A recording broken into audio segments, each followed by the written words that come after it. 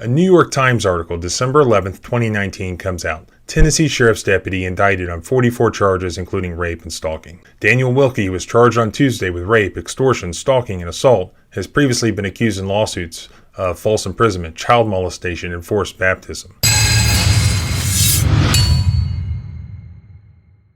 That's right, forced baptism. This is the police officer who arrested this girl, and instead of taking her to jail, she agreed to be baptized, and he took his clothes off and walked into the water with her and baptized her in exchange for lesser charges. Deputy Daniel Wilkie seen stripped down to his boxer shorts.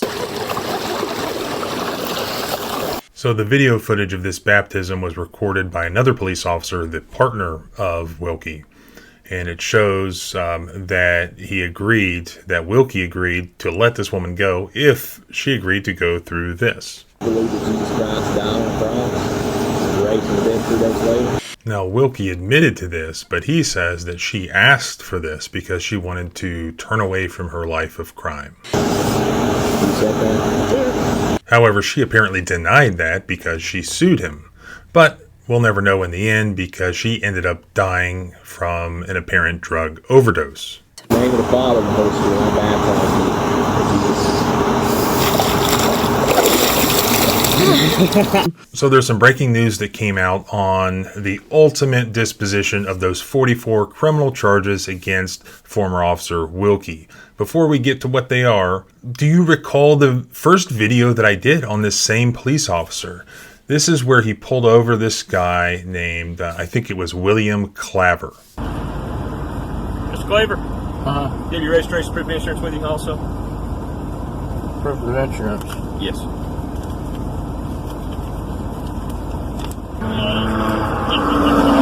Wilkie, I lost my tag. I was in a wrestling match with somebody and my tag broke off. Wilkie, 3099. All right, we need to see the video footage of this wrestling match that he was involved in where his Wilkie tag broke off. But if you go back and watch this video, which I'll link, this had to do with the length of a traffic stop. And this is a case that actually where a lawsuit was filed and it went up to the federal courts of appeal. It was found that this driver's constitutional rights, his Fourth Amendment rights, were violated because this stop lasted an unreasonable amount of time. And you can see that in the video footage that was captured. Need that. I'm You're a Wilkie. You're a Wilkie. Yes, sir. You know any Wilkies?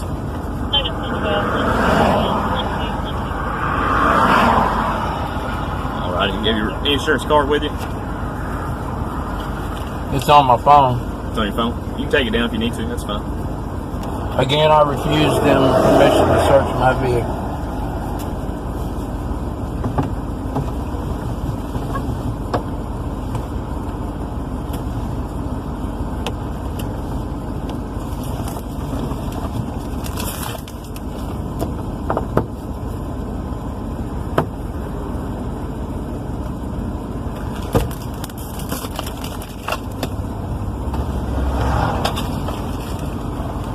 So what's happening here is I believe that the original pretext for the stop was tent that was allegedly too dark. So you can see Mr. Claver is pulling the tent off. So if that's the reasonable suspicion for the stop, he pulls the tent off, well, that's been cleared up. But what are the cops doing here? They're stalling so that a drug dog can come and they can search for drugs. However, the problem being that there is no reasonable suspicion that there could be illegal drugs in the car. They can't unreasonably prolong the stop beyond just what it would normally take to write a warning or a ticket for a tent that is too dark. They need additional facts, and they didn't have it in this case, and that's why the Fourth Amendment ultimately was violated. Mr. Claver? All right, sir. Sorry, Daisy PD is here. They have their canine. We're going to have you step out of the vehicle. I'm going to have you come back here and sign the citation. He's going to run his canine around your vehicle, see if it detects any kind of narcotics or anything like that. If he does detect narcotics inside your vehicle, we're going to search your vehicle. We'll see what's inside of it. But at this time, I need you to step out for me so you can come back here and sign my ticket, and that dog can run around the vehicle.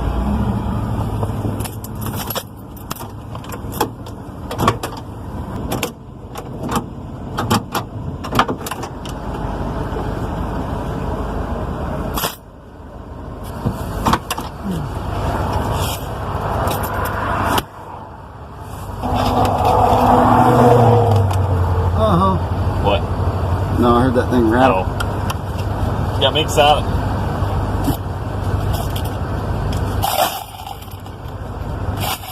Quite a chance.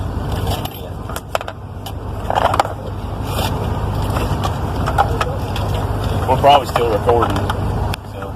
Yeah, I know.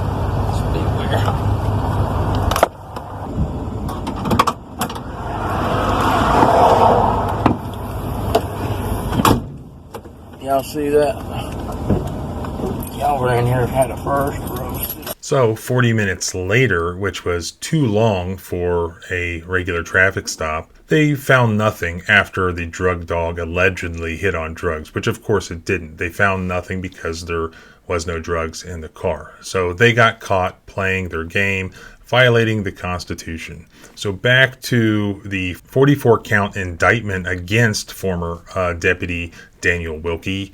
It was just dismissed. A judge in Hamilton County, Tennessee dismissed the 44 count indictment against former Hamilton County Sheriff's Office Deputy Wilkie Friday morning. One of them had to do with this traffic stop involving the husband of this lady, Wanda Thurman, and she was none too happy about the dismissal.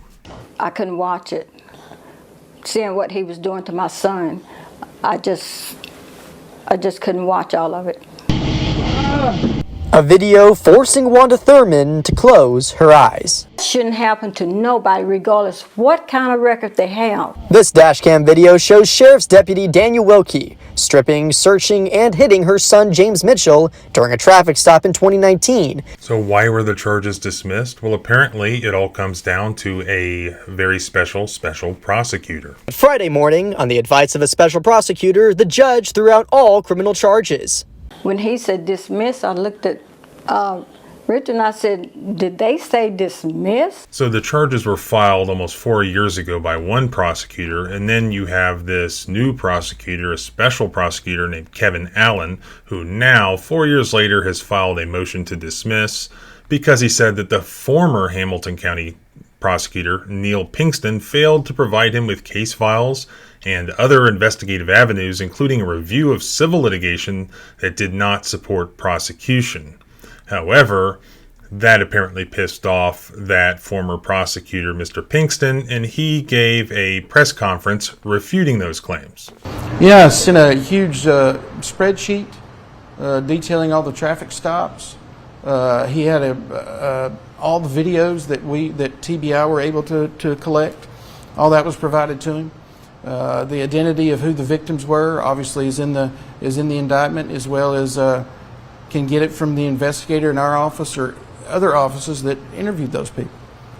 It's not rocket science to figure out who was interviewed and how to interview someone.